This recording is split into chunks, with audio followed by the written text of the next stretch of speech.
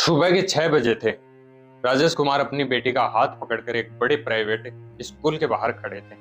बेटी के चेहरे पर खुशी थी क्योंकि उसे लग रहा था कि आज उसका एडमिशन हो जाएगा।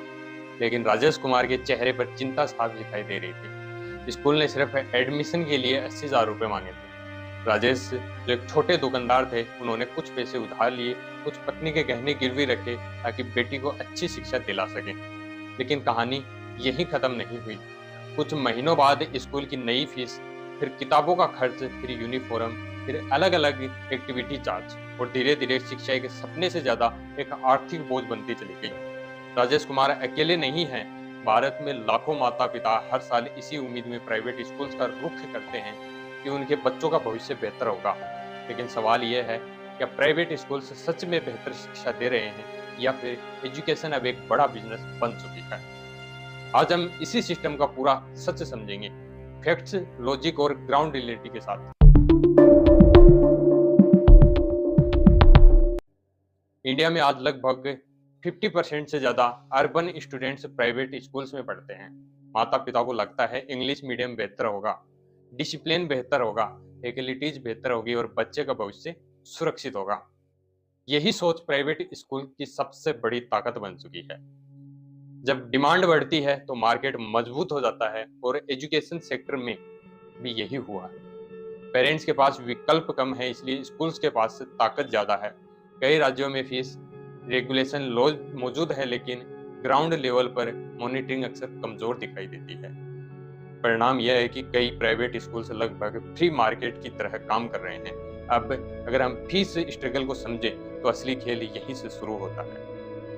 पेरेंट्स सिर्फ ट्यूशन फीस नहीं भरते, उन्हें देना पड़ता है admission fees, tuition fees, annual charges, development fees, activity charges और इसके साथ साथ ट्रांसपोर्ट चार्जेस। और कई बार इन सभी चार्जेस का स्पष्ट हिसाब भी नहीं दिया जाता।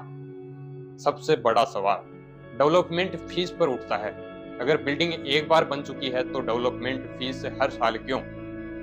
ट्रांसपेरेंसी की कमी आज भी एक बड़ी समस्या बनी हुई है, लेकिन कहानी सिर्फ फीस तक सीमित नहीं है। अब बात करते हैं टीचर्स की, क्योंकि किसी भी शिक्षा व्यवस्था की असली ताकत उसकी इमारत नहीं, उसके शिक्षक होते हैं।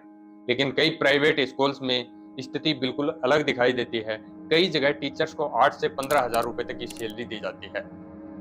Long working hours, extra duty और जॉब सिक्योरिटी की कमी, ये समस्याएं आम हैं।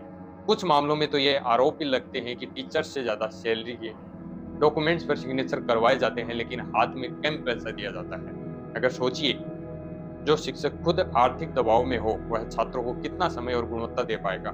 यही वजह है कि लाखों बच्चे स्कूल्स के बाद कोचिंग और ट्यूशन पर निर्भर हो जाते हैं। यानी पेरेंट्स एक बार स्कूल को पैसा दे रहे हैं और दूसरी बार कोचिंग को।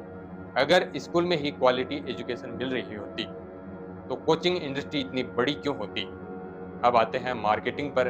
आज कई प्राइवेट स्कूल्स एजुकेशन से ज्यादा ब्रांडिंग पर ध्यान दिखाई देते हैं। बड़े बड़े hoarding, social media campaigns, toppers के पोस्टर, सब कुछ शानदार दिखाई देते हैं, लेकिन ग्राउंड रियलिटी हर जगह एक जैसी नहीं।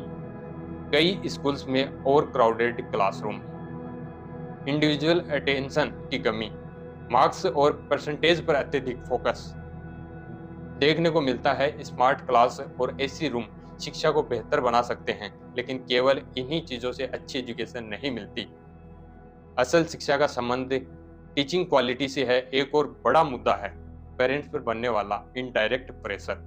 कई बार पेरेंट्स को निश्चित दुकान से किताबें खरीदने, तय वेंडर से यूनिफॉर्म लेने, अलग अलग फंक्शन और एक्टिविटीज के नाम पर अतिरिक्त शुल्क देने के लिए मजबूर महसूस कराया जाता है।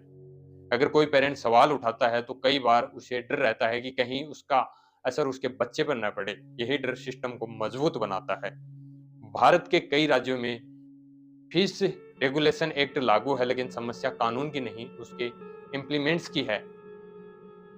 ऑडिट सीमित हैं, कंप्लेंट्स पर एक्शन धीमा है और कई स्कूल से नियमों के बीच लूप्स खोज लेते हैं, जिस कारण रेगुलेशन कागजों पर ज्यादा और ग्राउंड पर कम दिखाई देता है। अब सबसे जरूरी बात, क्या सभी प्राइवेट स्कूल्स गलत हैं? बिल्कुल नहीं। देश में हजारों ऐसे प्राइवेट स्कूल्स भी हैं जो ईमानदारी से बेहतरीन शिक्षा दे रहे हैं, लेकिन समस्या उन कमियों की है जो पूरे सिस्टम की छवि खराब कर रही है। और सबसे बड़ा सच यह है कि जब तक पेरेंट्स से सवाल नहीं पूछेंगे ट्रांसपेरेंसी की मांग नहीं करेंगे और अपने अधिकारों को नहीं समझेंगे, तब तक बदलाव मुश्किल रहेगा। एजुकेशन किसी भी देश की नींव होती है और अगर वही बिजनेस मॉडल में बदल जाए तो सबसे बड़ा नुकसान आने वाली पीढ़ियों को होता है। इसलिए जरूरत है अवेयरनेस की, जवाबदेही की और एक ऐसे सिस्टम की जहां शिक्षा सेवा बने, सिर्फ कमाई का साधन नहीं। अगर आपको यह डॉक्यूमेंट्री पसंद आया तो वीडियो को शेयर जरूर करें ताकि हर पेरेंट्स तक यह सच पहुंचे, क्योंकि जब अवेयरनेस बढ़ेगी तभी एजुकेशन सिस्टम बदलेगा।